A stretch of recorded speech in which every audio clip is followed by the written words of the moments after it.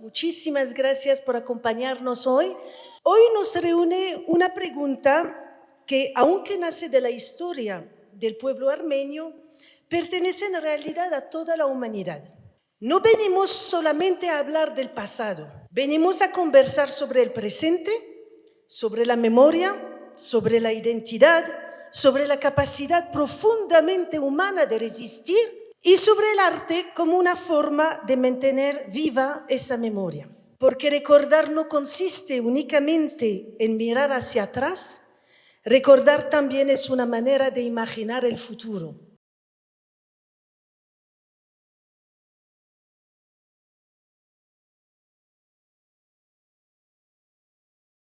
Antes de iniciar, entonces, vamos a tener un poco de música y quisiera invitarles a entrar en este universo escuchándolo. Sireci yarız daram yara davi daram esin zulu maşhare Bogetsi sirdas daram es inch zulu ashare Bogetsi sirdas daram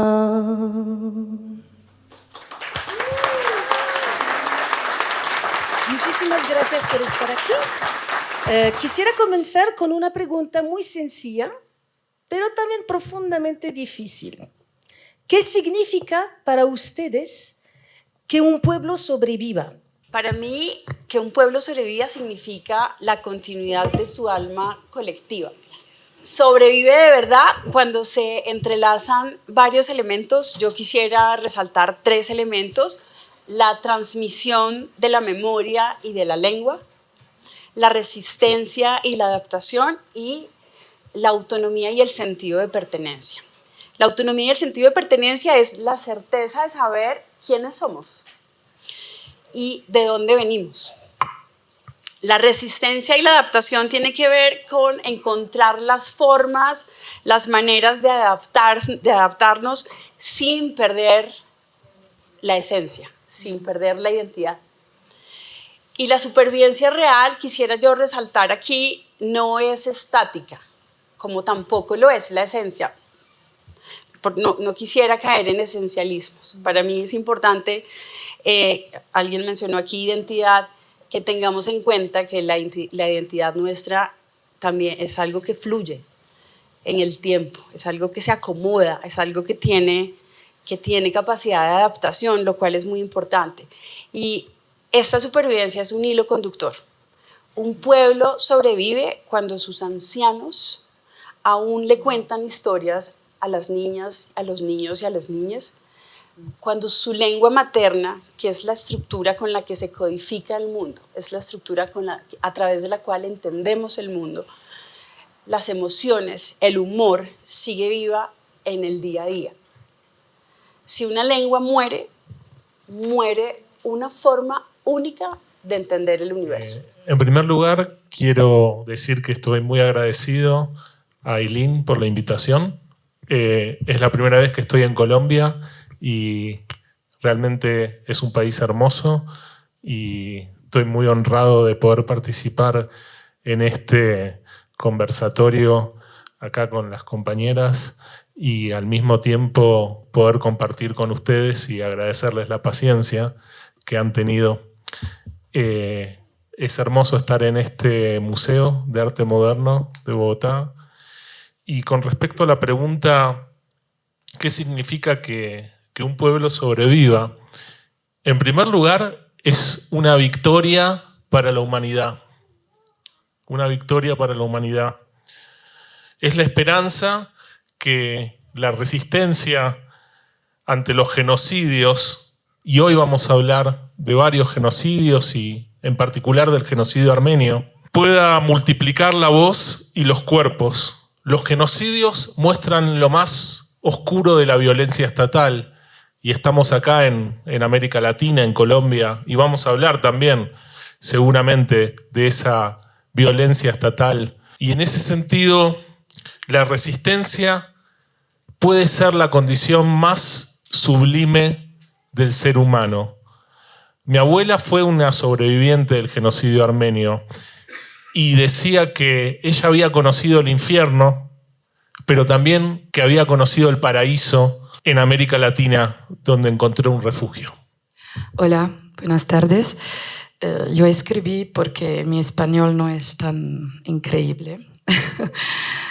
Vale, para mí un pueblo sobrevive cuando sigue hablando, cuando sigue cantando y soñando en su propia lengua, cuando recuerda su historia, pero también cuando sigue creando, porque una cultura no permanece viva solo por lo que conserva, sino por todo lo que todavía es capaz de imaginar. Muchísimas gracias. Gracias, colegas. Cuando hablamos de genocidio o de violencia colectiva, solemos pensar inmediatamente en las vidas que se pierden. Pero existen formas de violencia que también buscan destruir aquello que sostiene la existencia colectiva de un pueblo, su lengua, sus autoridades, sus prácticas culturales, su espiritualidad, su relación con el territorio y su memoria. Hoy encontramos resonancias entre la experiencia histórica del pueblo armenio y experiencias vividas por distintos pueblos y comunidades en Colombia. Entonces surgen dos preguntas. ¿Qué significa hablar de supervivencia física y supervivencia cultural? ¿Y por qué sigue siendo importante nombrar y comprender estos procesos? Antes de hablar, y quiero ser muy breve al respecto sobre la idea de poder sobrevivir, me gustaría hablar en particular del caso armenio. Quizás, no sé cuántos de ustedes, yo siempre empiezo alguna charla preguntando al auditorio si vieron alguna película sobre el genocidio armenio. ¿Vieron alguna vez? A ver, levanten la mano. ¿Alguno? Ninguno. 0, 100%. Bueno, 1. 99,9%. Después en preguntas y respuestas hablamos Ararat, La Promesa, pero con las películas, con las series es como que podemos conocer un genocidio.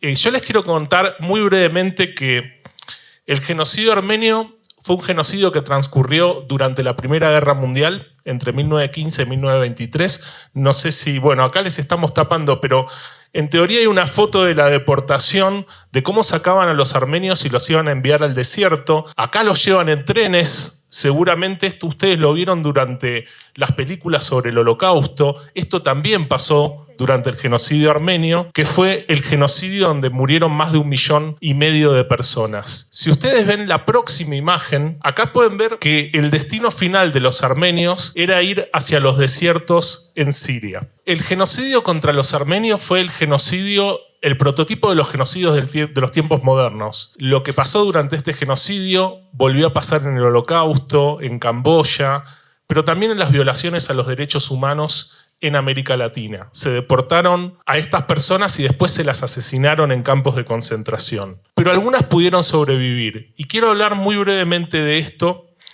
porque justamente hubo 4 casos de supervivencia de armenios que lucharon para que no se los lleven a los desiertos, en 2 lugares del Imperio Otomano. Acá tienen un mapa del Imperio Otomano. Sin un mapa es muy difícil, ¿no? Y a los armenios los sacaron de todos estos lugares y se los llevaron a los desiertos de Siria para matarlos. Bueno, algunos de ellos lograron escapar. Por ejemplo, algunos en esta región, en Van, se escaparon y lograron huir a Rusia. Otros fueron rescatados por barcos en la costa del Mediterráneo de Francia. Pero por último, para hablar de la supervivencia, también tenemos que hablar de la resistencia y la supervivencia durante las caravanas. Por ejemplo, una mamá que le decía un poema a un niño, a una niña, por ejemplo, esto de no olvidarse de la lengua, ¿no?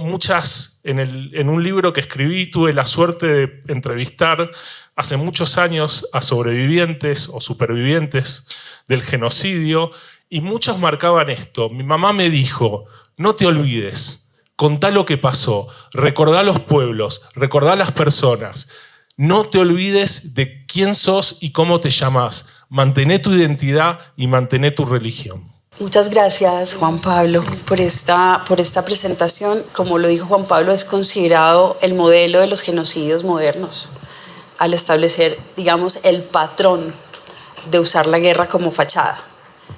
Y como Juan Pablo mencionó, aquí hay unas diferentes modalidades. La deportación forzada. En el caso colombiano hablamos de desplazamiento forzado. No sé si ustedes sepan, pero Colombia se pelea con Siria en los últimos años el segundo o tercer lugar en desplazamiento forzado. Y dependiendo de quién lo mida, tenemos entre 8 y 9 millones de desplazados en el país. Cuando yo leía sobre el genocidio armenio, leía cómo fueron obligados a caminar el desierto y en esa caminada se murieron de hambre, de sed. Y pensaba un poco en la metáfora de los caminantes. Eso han sido estos 9 millones de víctimas de desplazamiento forzado en Colombia, caminantes, y como ustedes saben, una vez desplazados, pareciera que tuvieran una suerte ya predestinada a ser desplazados. No es poco común que una comunidad que sea desplazada vuelva a ser desplazada una vez que se reubica. Esta es una metáfora en la que yo encuentro un puente, digamos, que podemos entrelazar entre la historia del genocidio armenio y la historia de la violencia en Colombia. En Colombia aún oficialmente no se ha reconocido ningún genocidio, pero podemos hablar de etnocidio.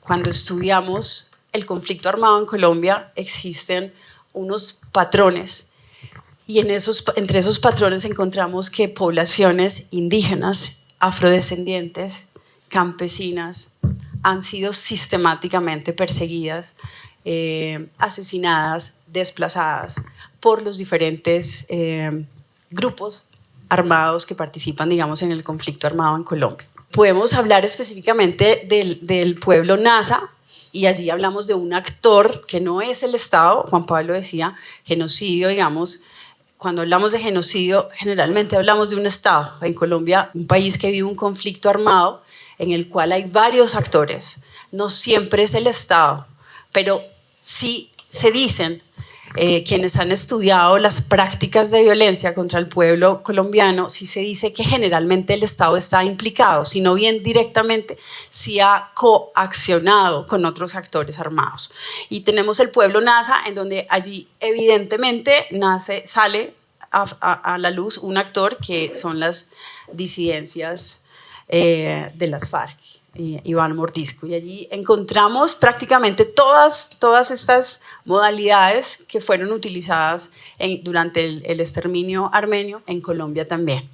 Y el otro caso que para muchas de nosotros sale a la luz es el caso de la Unión Patriótica, que ni la Corte Interamericana ni la Comisión Internacional de Derechos Humanos ha reconocido como genocidio, porque lo conversábamos con Juan Pablo, jurídicamente no se puede tipificar porque no incluye persecución política o pertenecer a un grupo político no está excluido en la tipificación de genocidio. El Centro de Memoria Histórica y la Comisión de la Verdad sí han declarado lo que sucedió con el partido político Unión Patriótica como un genocidio. Prácticamente la desaparición de 6.800, un poco más de sus miembros, es decir, desaparecimos a un partido político en democracia, porque Colombia se percibe a sí misma y es percibida por el mundo a su alrededor como una democracia sólida y que además se ha sostenido históricamente. Entonces, eso es importante tenerlo allí, es un elemento muy importante.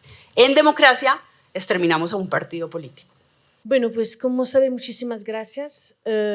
Millones de personas alrededor del mundo pues están forzadas a dejar sus países, a abandonar el lugar donde nacieron.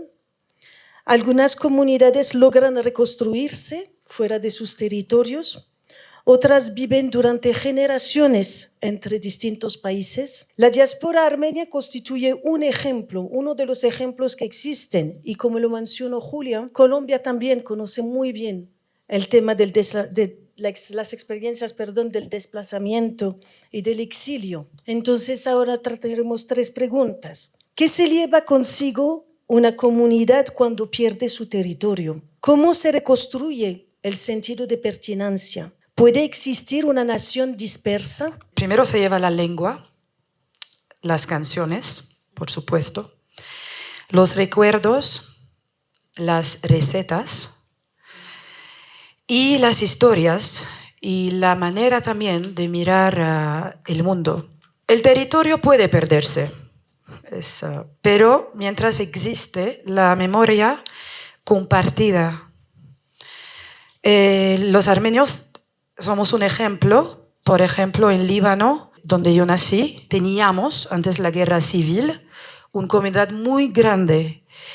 Y este fue para nosotros como un refugio, donde hablamos armenio, donde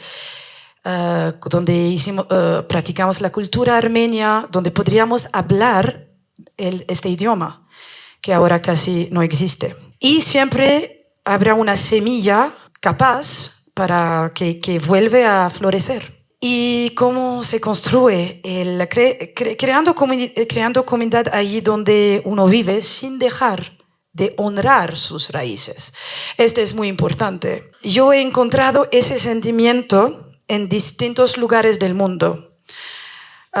Viajé mucho para escapar la guerra o para emigrar o para vivir en muchos países, y he aprendido que uno puede echar nuevas raíces sin renunciar a las antiguas. Y puede también compartir su cultura con el mundo, con los amigos. ¿Puede existir una nación dispersa? Sí. El pueblo armenio es una prueba de ello. Estamos repartidos por muchos países. Yo personalmente tengo familia en Argentina, en Francia, en Estados Unidos, en Dubái, en Líbano, en Siria, y acabamos de encontrar una familia en China. Entonces, estamos en todas partes del continente. Y hablamos distintos idiomas y vivimos realidades diferentes. Mi realidad es muy diferente de la realidad de Juan Pablo. Yo nací en guerra y yo viví toda mi vida en la guerra. Y cuando encuentro armenios de Argentina o de Armenia, somos diferentes. No somos diferentes. Tenemos un idioma, no en Armenia, pero en la diáspora.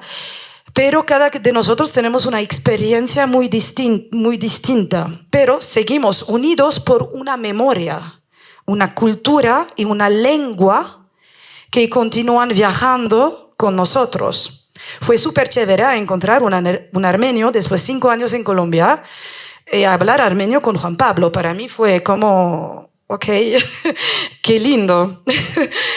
Y sin embargo, vivir en la diáspora no es fácil. Es muy difícil conservar nuestra lengua y transmitirla a las nuevas generaciones. Es una lucha cotidiana. Tengo esta lucha con mi hija cada día. Hace 10 años ahora.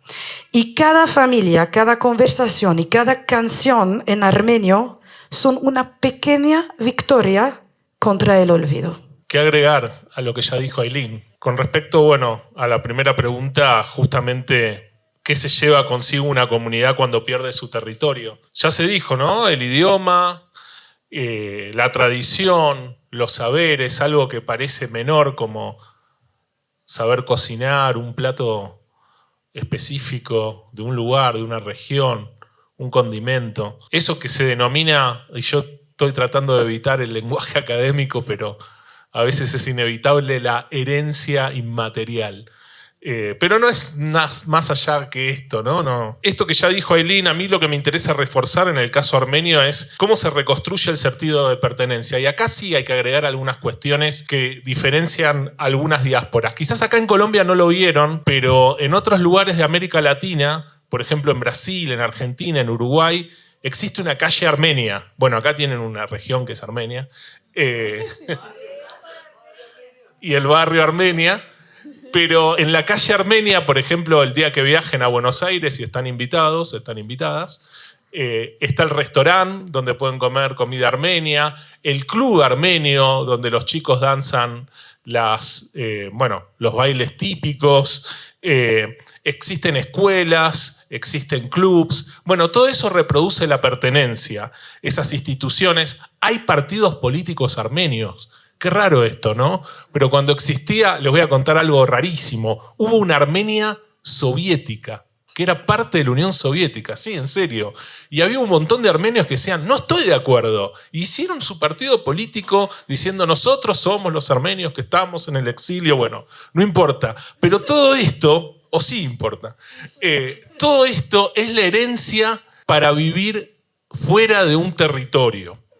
Y estas instituciones, estos colegios, yo miraba los libros que tenía, y muchos libros los tengo en casa en Buenos Aires.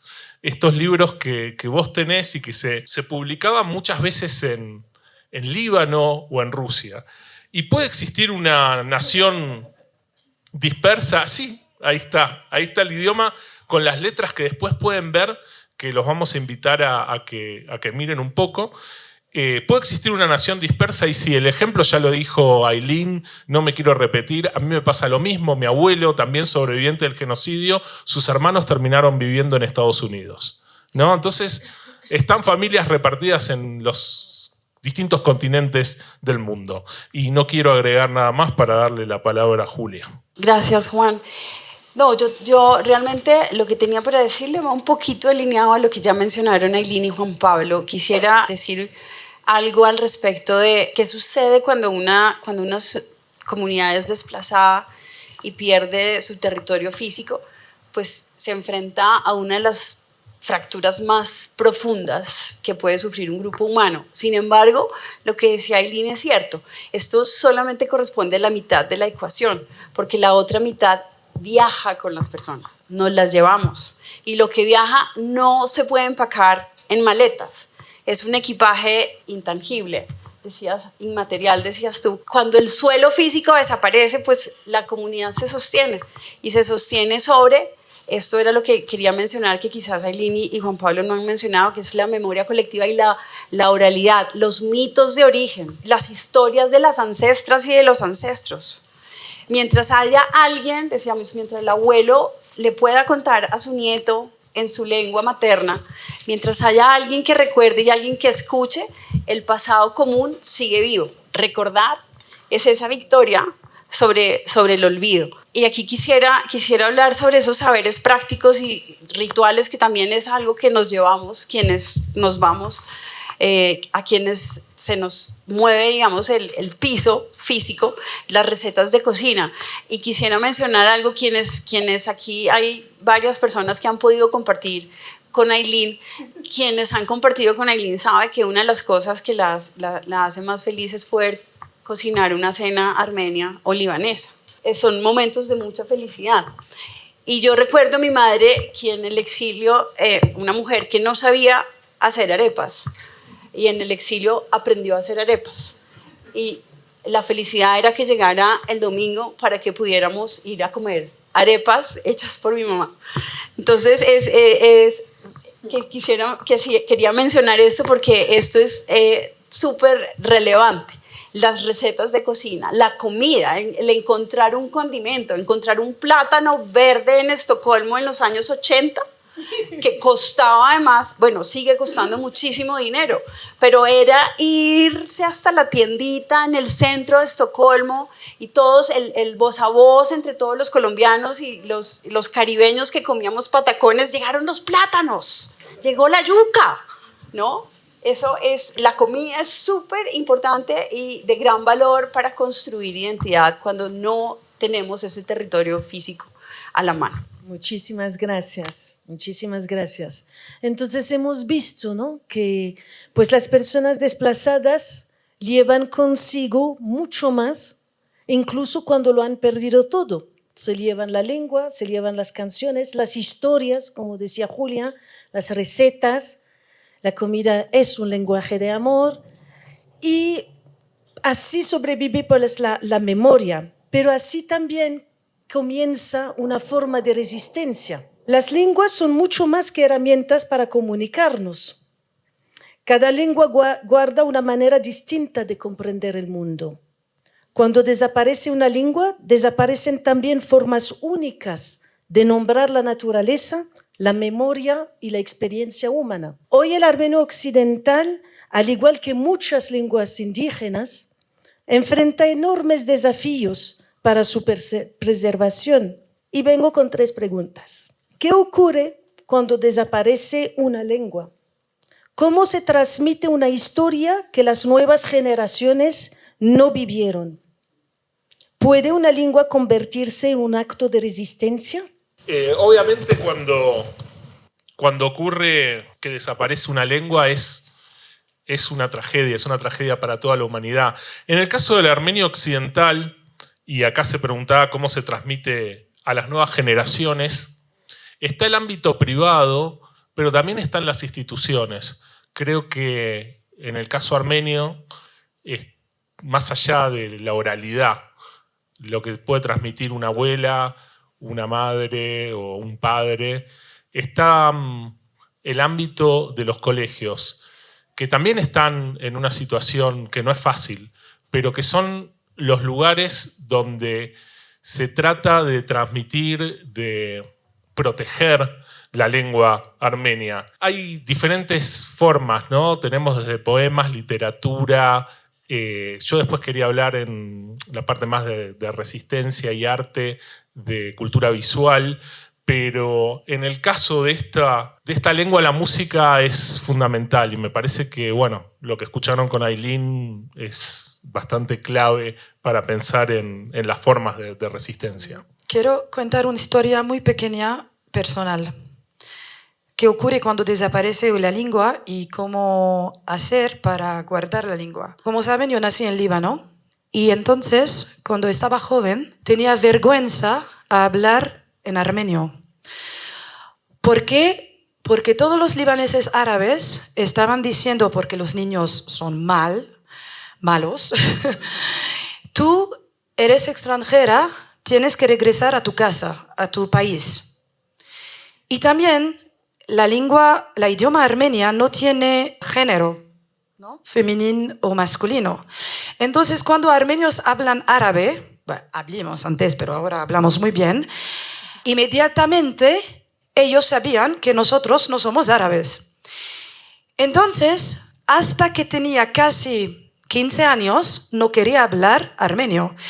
Yo estaba diciendo, yo soy francesa, porque mi francés estaba súper, porque el Líbano es también protectora francés, y cada vez yo digo, no, yo soy francesa.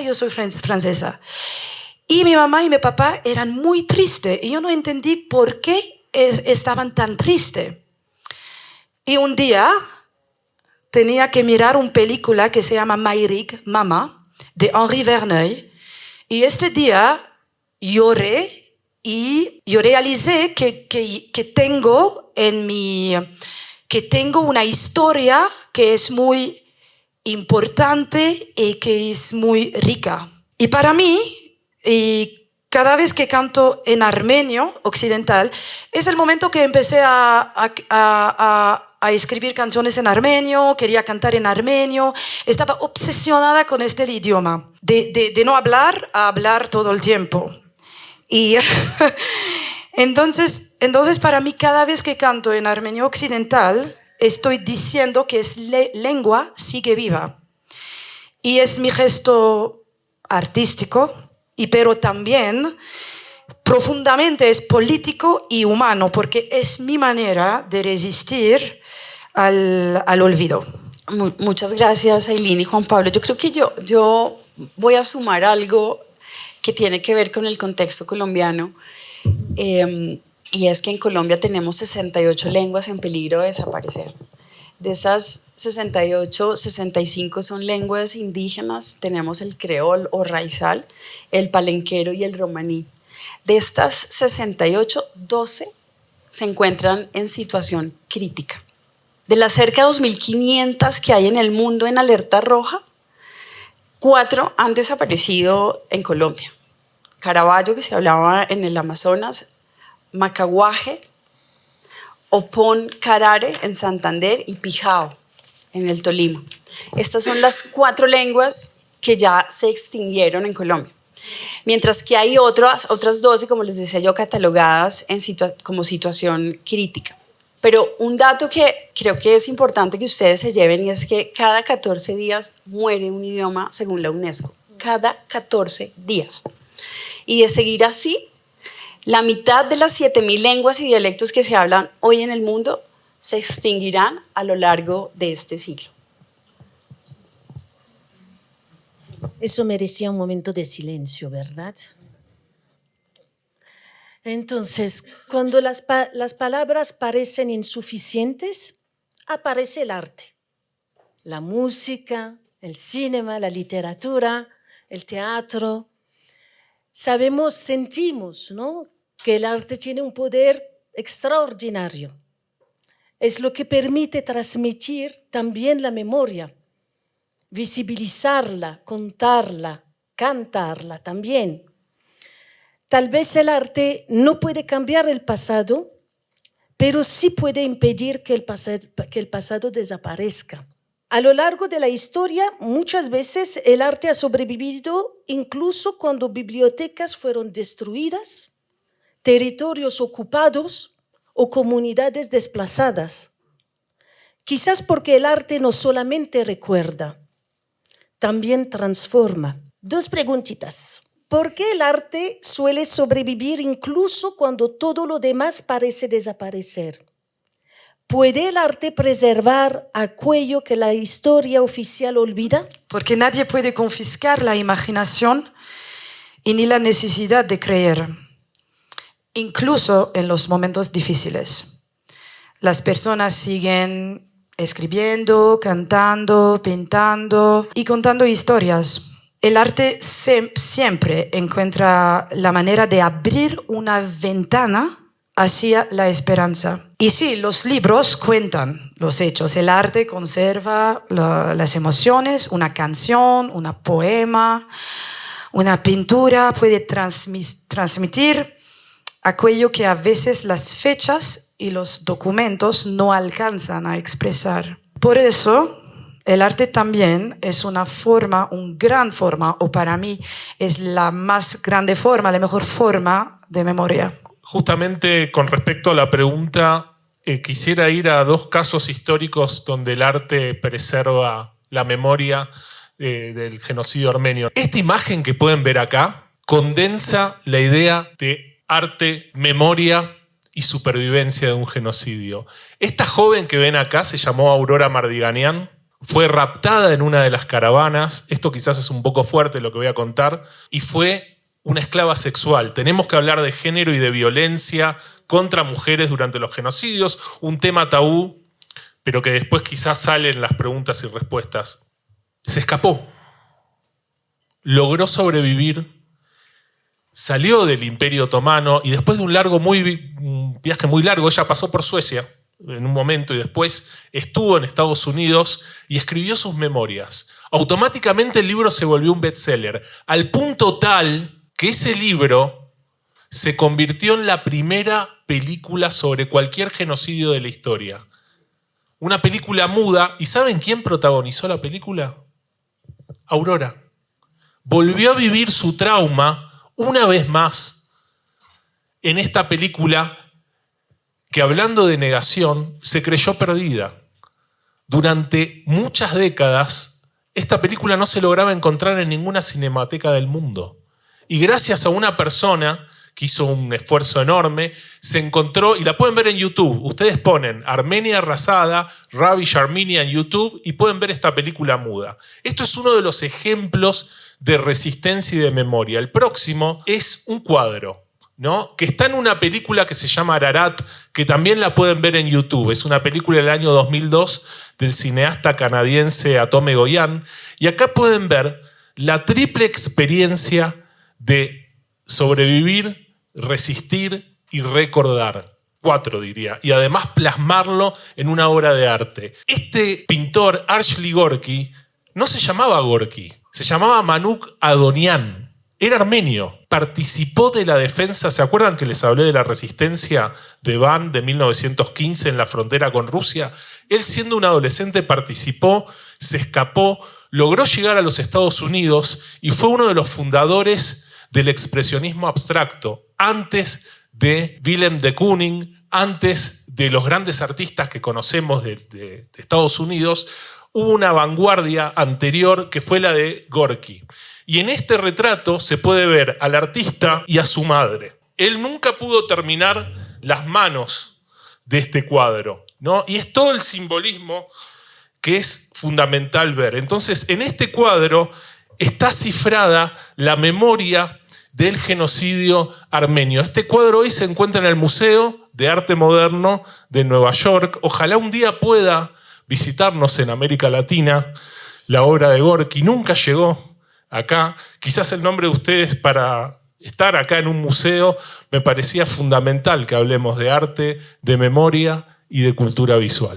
Gracias, muchísimas gracias. Y yo quiero cerrar con algo que no se ha mencionado, y es que las civilizaciones cambian, los idiomas cambian también, y los registros físicos se queman o se pudren, ¿cierto? Pero el arte suele condensar verdades humanas, realidades humanas complejas, y lo hacen en metáforas. Por eso seguimos entendiendo el dolor de una tragedia, de la tragedia griega, o la devoción en una pintura rupestre. La historia suele ser escrita por los ganadores, las instituciones, o quienes ostentan el poder y, digamos, quienes están en una posición desde la cual se debe contar esa historia oficial.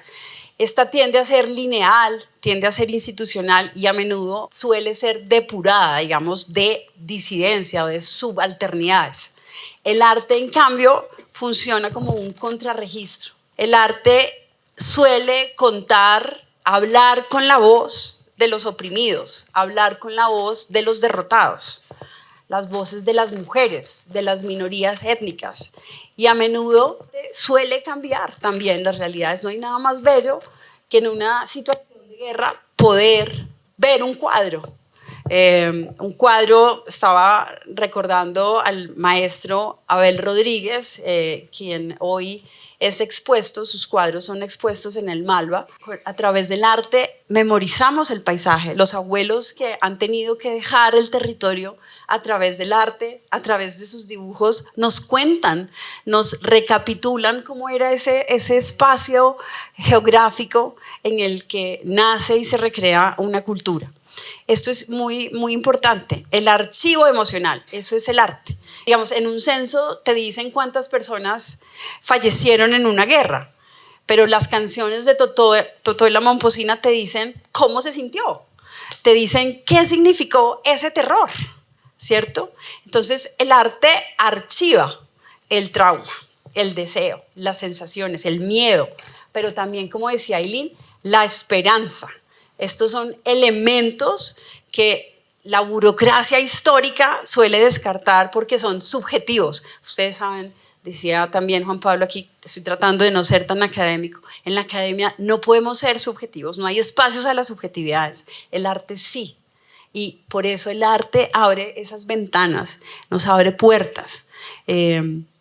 A veces, para destruir la historia de un pueblo basta con quemar su biblioteca central, ¿cierto? Pero el arte es mucho más. El arte es el ejercicio radical de sobrevivir.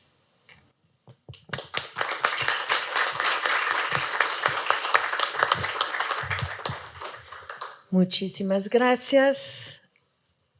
¿Qué tal? Ahora vamos a abrir la conversación.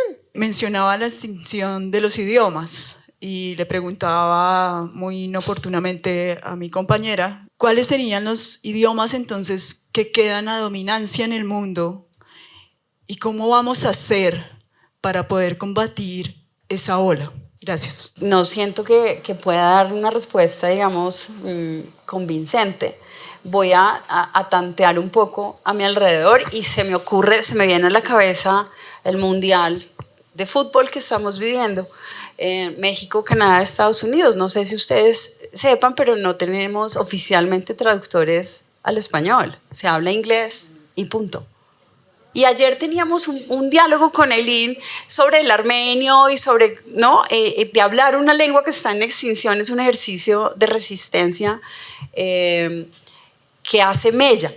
Pues quienes hablen estos idiomas, que los hablen, que ocupen el espacio, que se adueñen de los espacios y que ojalá cada vez seamos menos quienes preguntemos por traducciones. Tradúzcalo al español, tradúzcalo al inglés. Porque en un espacio donde se habla inglés, quienes llegan a ese espacio y no hablan inglés, seguramente sienten un poco de esa vergüenza de la que nos hablaba Eileen y no se atreven a decir, traduzca por favor al español, porque el punto de partida es que todos hablan inglés. Entonces, si yo pido que se me traduzca al español, lo estoy haciendo desde de subordinación. Entonces, yo creo que eso es importante, romper esa relación de poder y darle la vuelta. ¿Por qué no escuchar? ¿Por qué no permitirnos escuchar la parte de un discurso en una lengua indígena si quien está dando el discurso es un representante de alguno de los pueblos originarios en nuestro país?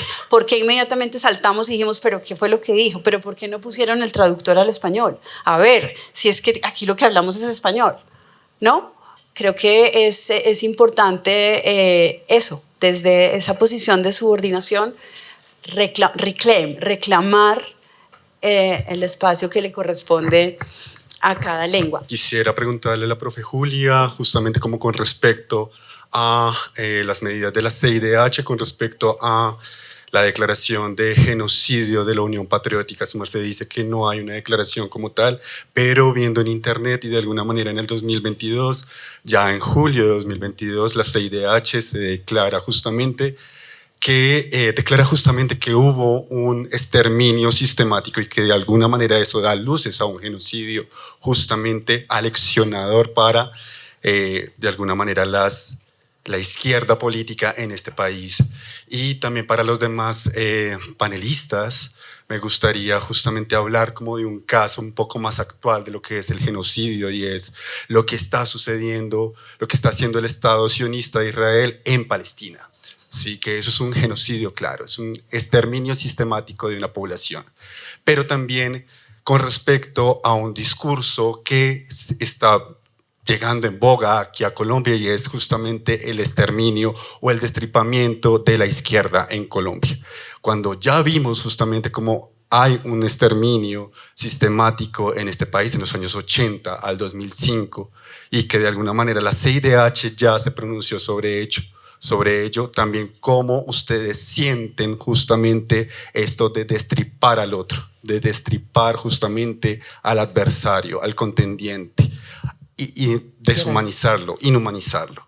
¿Cómo ustedes ven justamente en el siglo XXI, cómo ustedes sienten justamente este tipo de discursos? Gracias. Muchísimas gracias. Con la tipificación tenemos un problema y es que, y Juan Pablo me va a ayudar, aquí la tipificación del concepto de genocidio y es que nace sin incluir participación a movimientos políticos. 50 años se demora Colombia, ratifica, ¿cierto?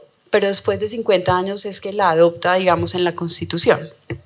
Y es hasta el año 2000, o sea, es prácticamente reciente, que Colombia tiene una legislación que nos permite hablar de genocidio. El argumento que tiene tanto la Corte como la Comisión es que no podemos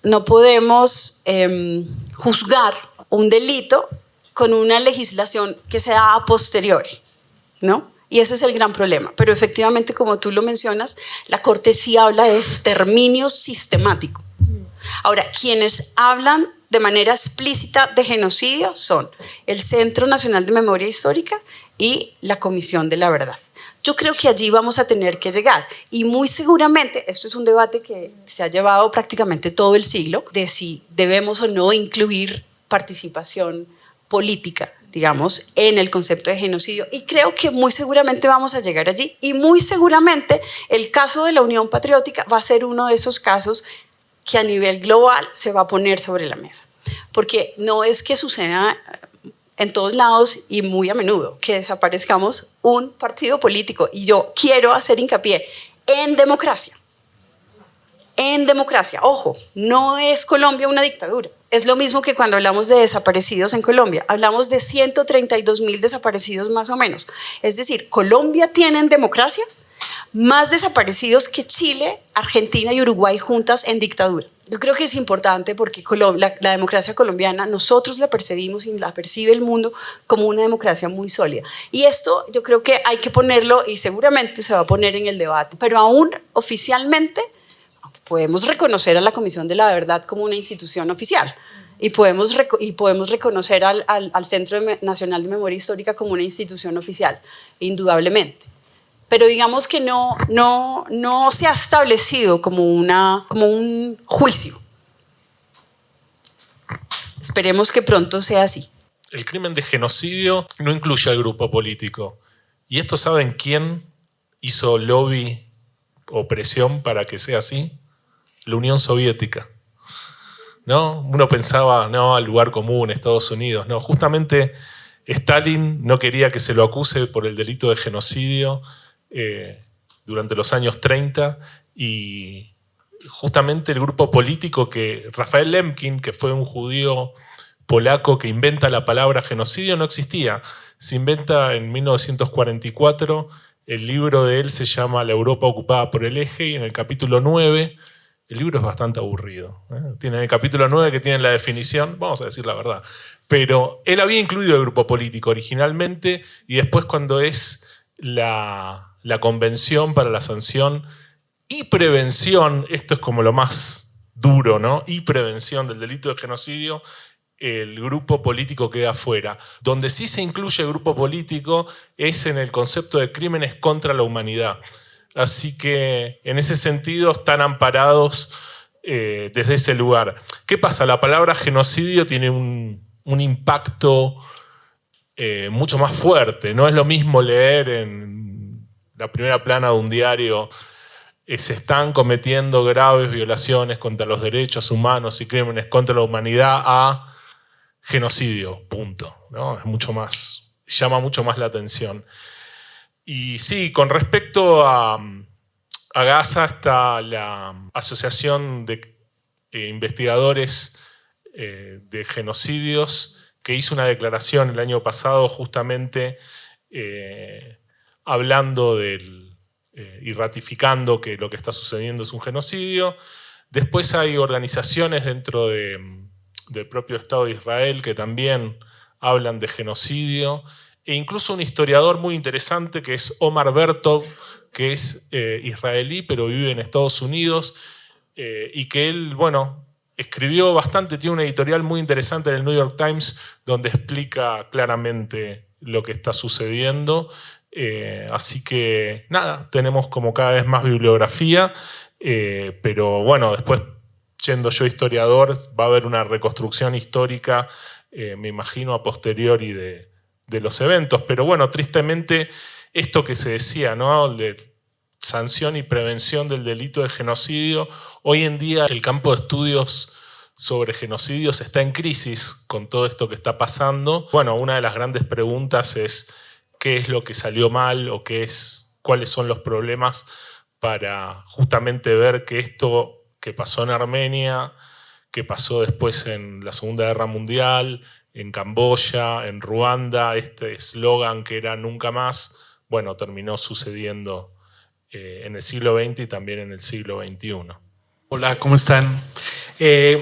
¿Cuál fue la razón del genocidio en Armenia? O sea, ¿qué es la motivación que hay y cuáles en general las motivaciones que se prestan para ese tipo de acciones? ¿Vamos acumulando preguntas? Sí, yo quería preguntarles a Ailín y a Juan ¿qué han visto en sus comunidades, en la diáspora? ¿Cómo se hace para que no se muera el idioma? Principalmente en las nuevas generaciones, ¿no? Los jóvenes, los niños, ¿cómo se hace?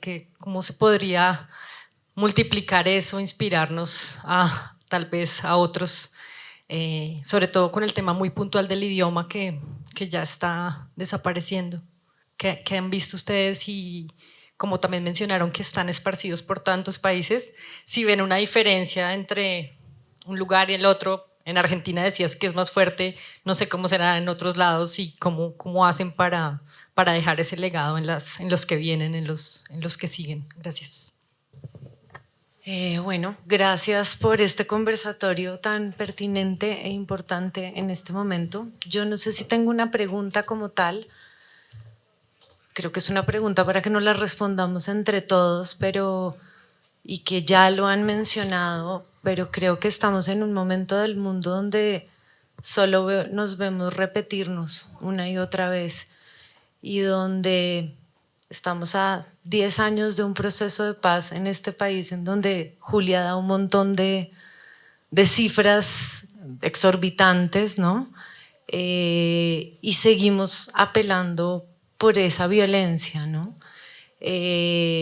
Hablan de un genocidio armenio de principios de siglo, ¿no? Y que se remonta incluso más atrás en la historia, y hoy vemos exactamente las mismas formas, quizás un poquito más sofisticadas y aterradoras, ¿no? Porque tenemos redes sociales, o sea, tenemos un montón de consumo para poder ver esto, pero a pesar de eso seguimos eligiendo el exterminio al otro, seguimos eligiendo la incapacidad de ver la diferencia que existe entre nosotros y vivir, digamos, en paz con eso. Entonces, no sé, mi pregunta era como para aflorar un poco la esperanza de qué podemos hacer juntos y de cómo como sociedad y porque a veces nos sentimos bastante solos, ¿no? Como dentro de qué podemos hacer juntos para que de verdad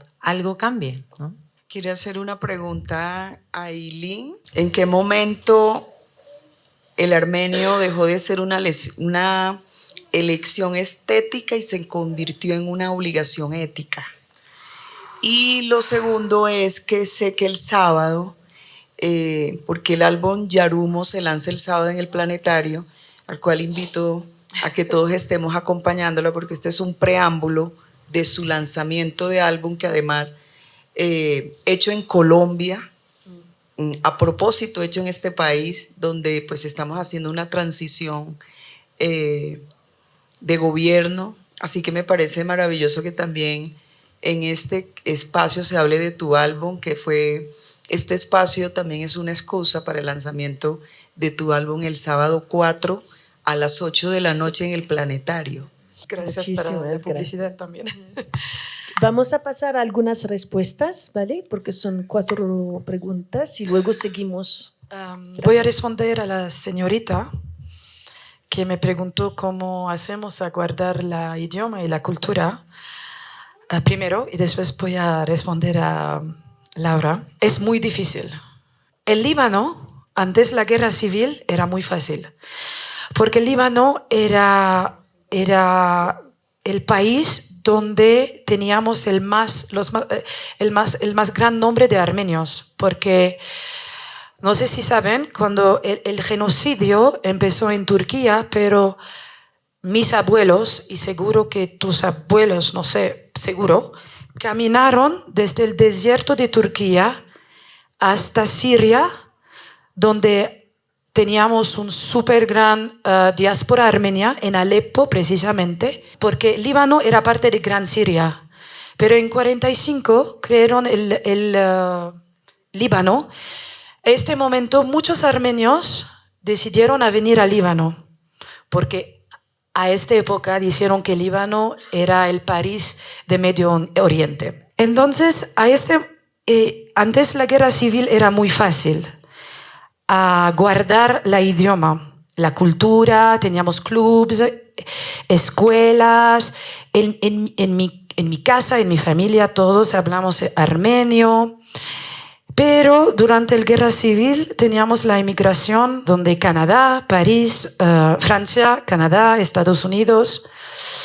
Yo no sé cómo es en Argentina, pero mi mi experiencia y cuando encontré a Juan Pablo y cuando encontré muchos amigos armenios en el mundo, los armenios libaneses eran los que hablaron más armenio occidental. Para nosotros hay una gran diferencia entre Armenia y Armenia occidental. Como estaba hablando Juan Pablo, en Armenia no sabían que era un genocidio, por ejemplo. Entonces, pero ahora es muy difícil. Lo siento con mi hija. Tengo una hija de 10 años. Es muy difícil para mí. Perdón. Porque para ella es difícil también, porque yo soy la única de la familia. Yo soy la única que habla armenia con ella, porque mis papás se murieron y nosotros viajamos mucho. Y para mí es una lucha de cada día. Hacen que no tienes que obligar a tus niños a hacer una cosa. Pero yo la obligo a hablar armenio. Es una obligación y tiene... Porque yo le digo que si ella pare a hablar armenia, después nadie va a hablar armenia. Es la última generación que va a hablar armenio. Y para mí, si ella no habla armenia, ya, mi memoria, mis papás, mi mamá van a morir otra vez. Y vamos a tener un otro genocidio. Porque para nosotros es un genocidio cuando no hablan armenio. ¿Por qué Turquía el Imperio Otomano quería hacer este genocidio? Porque estábamos cristianos primero. Este fue un genocidio contra los cristianos, armenios, griegos, porque querían que no existimos. Entonces, y para responder a Laura, cuando estaba viviendo en Líbano, estaba hablando armenio en mi familia, con mis amigos, entonces armenio estaba una cosa muy natural. Y fue en un colegio armenio y todo. Pero cuando fui a vivir a Francia, a París, no sé qué pasó, pero quería hablar armenio todo el tiempo y decidí a cantar en armenio porque yo me digo, todo el mundo canta en inglés o en francés, todo el mundo, pero no todo el mundo canta en armenio y no tenemos muchas gentes que hablan en armenio occidental.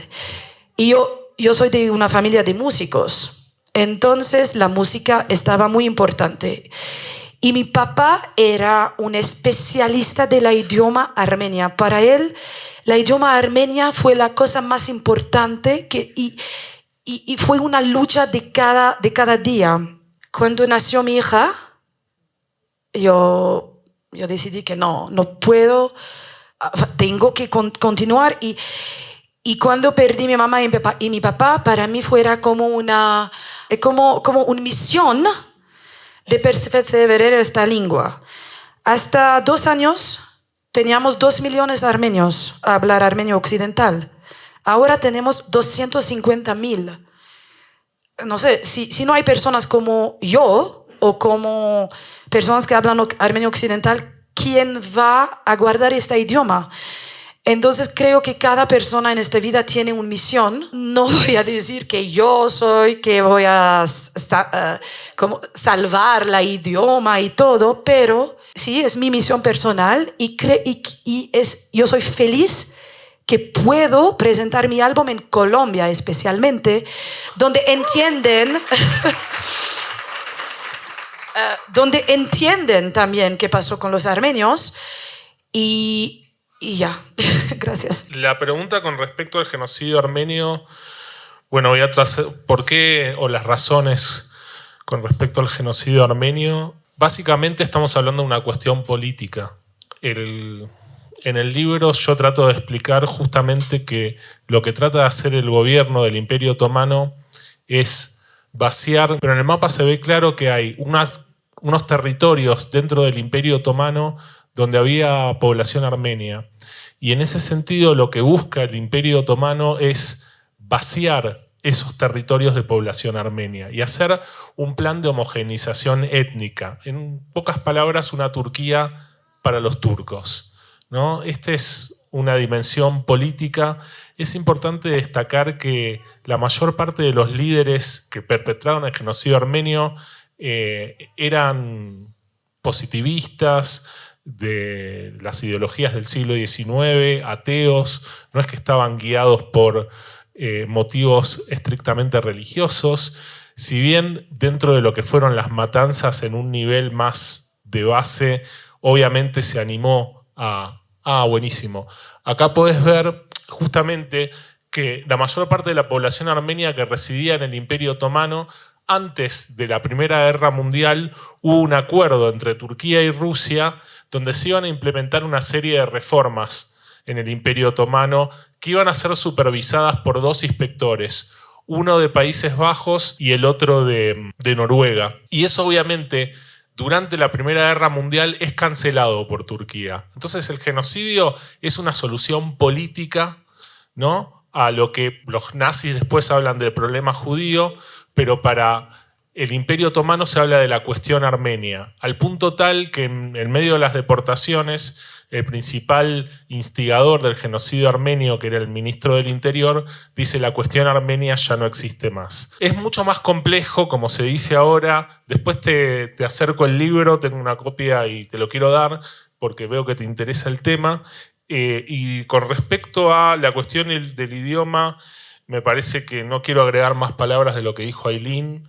Y con respecto a la cuestión de cómo detener o qué hacer, bueno, a nivel personal, yo doy clases sobre el genocidio, sobre los genocidios del siglo XX. La cuestión de la educación me parece que es fundamental, pero más importante aún es que exista desde la sociedad civil una presión constante y que se haga visible este tema. ¿Saben cuál fue el único genocidio que se detuvo, donde hubo una intervención directa? El de Camboya, justamente por la intervención militar de Vietnam. Lo que muestra la historia es que solamente las intervenciones directas son las que terminan o detienen los genocidios.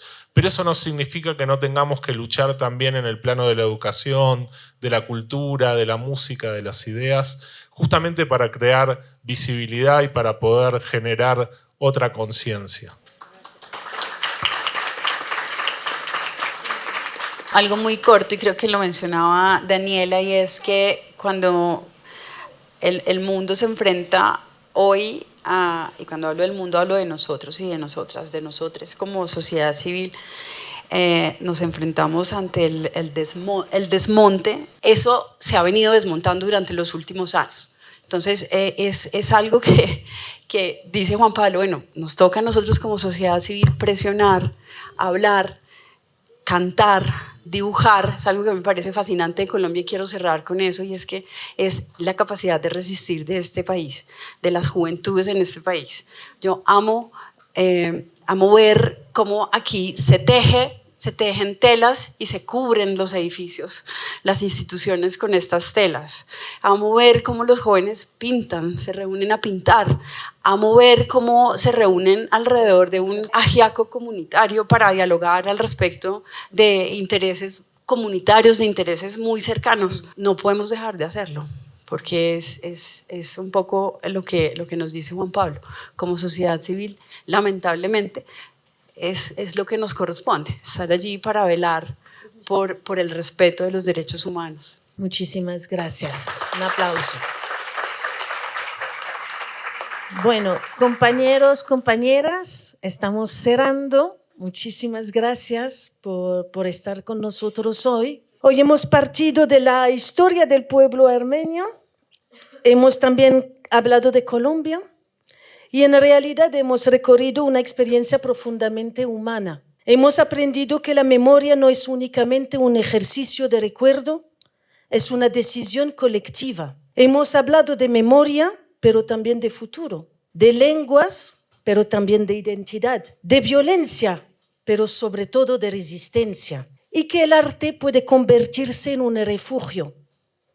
Hemos aprendido que un pueblo no sobrevive únicamente por sus personas, porque sus personas continúan existiendo. Sobrevive porque alguien sigue contando sus historias, porque alguien sigue cantando en su lengua, porque alguien sigue enseñando a las nuevas generaciones quiénes vinieron antes, y porque el arte continúa abriendo espacios donde la memoria puede seguir floreciendo. Quisiera terminar retomando la frase que inspira este encuentro y el nuevo álbum de Ailín, No se olviden del concierto sábado a las 8 en el Planetario. To bloom is to remember. Florecer es recordar. Pero quizás después de esta tarde también podamos decir que recordar es una forma de seguir floreciendo. Muchas gracias a nuestros extraordinarios panelistas.